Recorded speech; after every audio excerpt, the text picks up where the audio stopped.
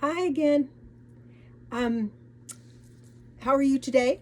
I'm doing very well, thank you. Very much enjoy your comments. Please comment at will. It's a lot of fun. So, today I want to talk about what I've learned about buying jewelry on Amazon. Um, Number one, well, before I say that, let me say that while it is largely a great experience, you do, I have found, need to be watchful of what you're reading and what you're doing and what other people say. So, first thing to do is read the entire description. Don't assume if what you see says gold that it is indeed all gold or 14 karat gold, which is not solid gold, but they call it solid gold. So read the entire description.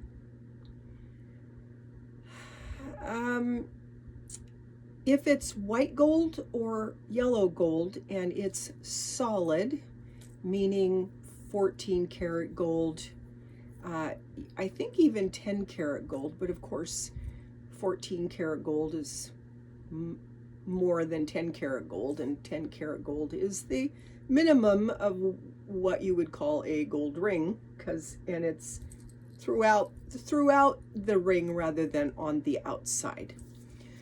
So the description should say 14 karat gold, and it should also say somewhere, I've learned, solid gold. And if it doesn't say that and it's way less than the other rings, then that's an indication that it's not solid gold, which is what you want. Now, if you were just buying a ring and you're going to wear it by itself, it may not wear as quickly.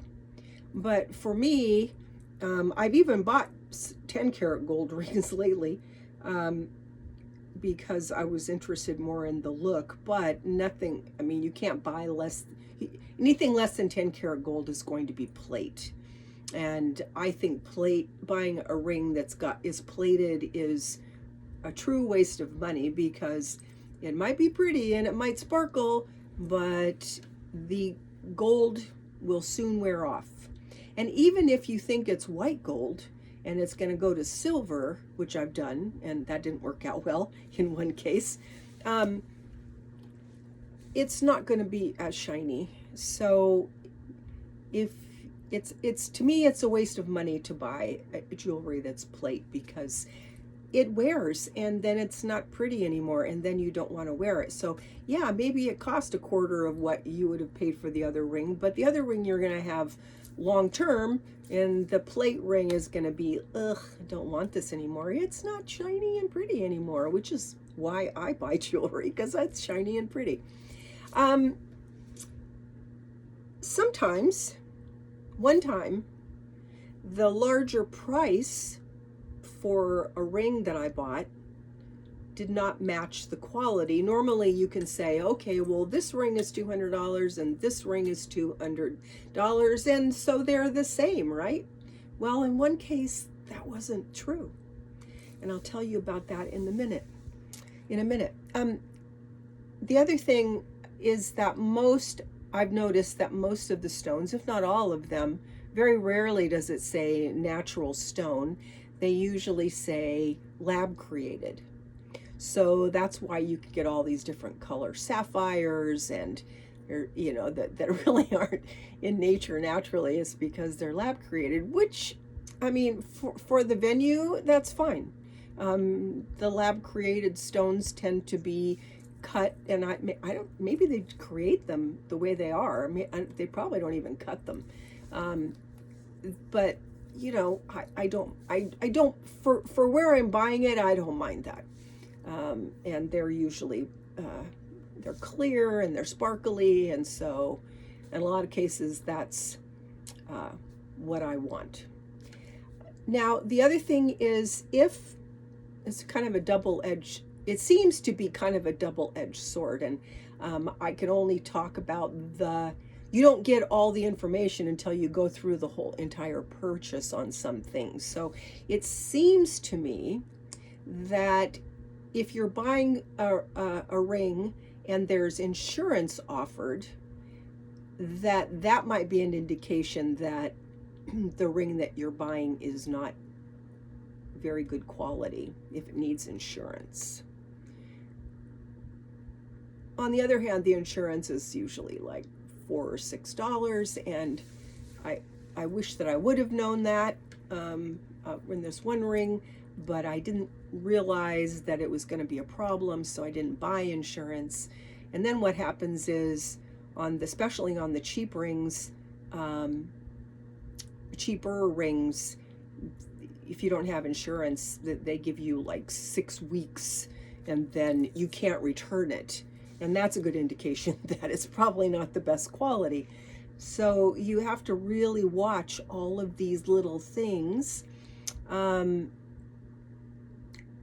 This ring that I bought recently, which is this little, it's plated white gold, but it's okay with me because it's supposed to be sterling underneath, and so it's going to be silver anyway. So might not maybe quite as shiny, but still it will be fine because I'm not looking at the band, I'm looking at the stones. So it depends on the purchase. It depends on what you want. Now, this ring is from a company called IMO Love, and they specify that their stones are hand set, which they say is a more quality way to do that, and I believe that.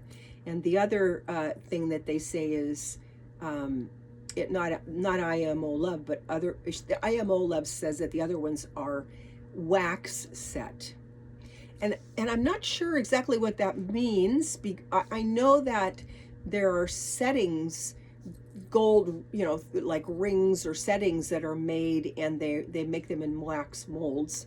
How the stones could be wax set, I'm not sure, but I know that I did buy a ring that was the stones that were supposed to be pink sapphires in a deep setting, and I was looking at it, I was thinking, that doesn't look like there's any setting around each stone. Oh, but there must be, right? And it was a bigger company, and so they had a more generous return policy. But after just a few weeks of wearing this ring, one of the sapphires fell out, and indeed, there was nothing holding that in there. They must have glued them in, right? Somehow. I couldn't even see any glue, but there was no setting holding them in. And so the stone fell out. And at that stage, you can only send it back, because where are you going to find a tiny little sapphire that matches all those other sapphires, right? So I was able to send that back, and they were really great and gave me an instant refund as soon as I sent it back.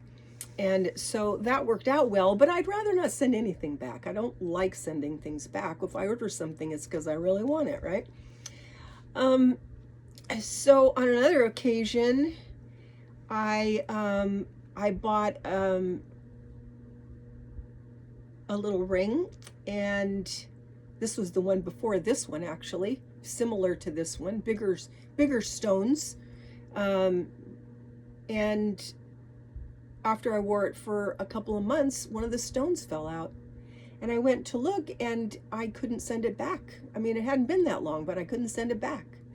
And I think that there was insurance offered on that, but I'd had good luck with it, or mostly good luck, and I thought, oh, it's not an expensive ring, I'm not going to buy insurance for it. Well, stone fell out, couldn't send it back.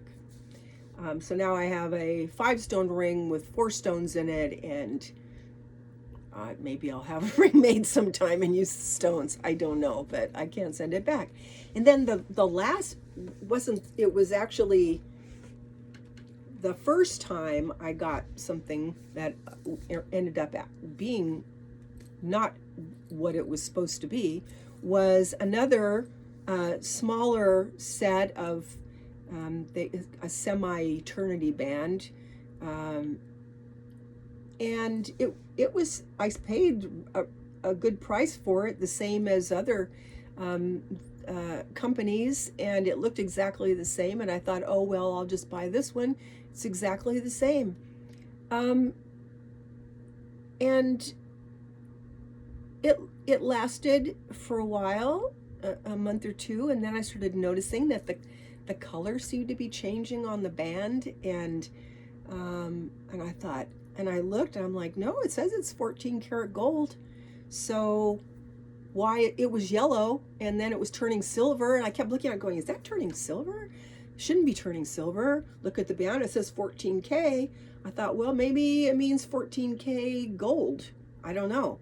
So I kept wearing it, and after about 3 months, not only did the silver start to wear off, but underneath that was copper. So I'm like, it still said 14K. That should mean that is what it means when the ring is solid, and that one was not. The stones didn't fall out, but the ring just, it's like dead, you know. It's like the stones aren't sparkling, the yellow gold wore off, the silver wore off, the down to the copper in spots. And I'm like, well, and I couldn't send it back because it had been too long. So again, I probably just talked you out of buying anything in jewelry on Amazon, but the bottom line is, get an insurance policy, look for the 14K solid gold, and try to buy from larger companies, the ones that you see all the time, and I think that would be helpful. And if you have an insurance policy on it, then you can send it back in. So that's my experiences on Amazon, and I guess it's buyer beware, even on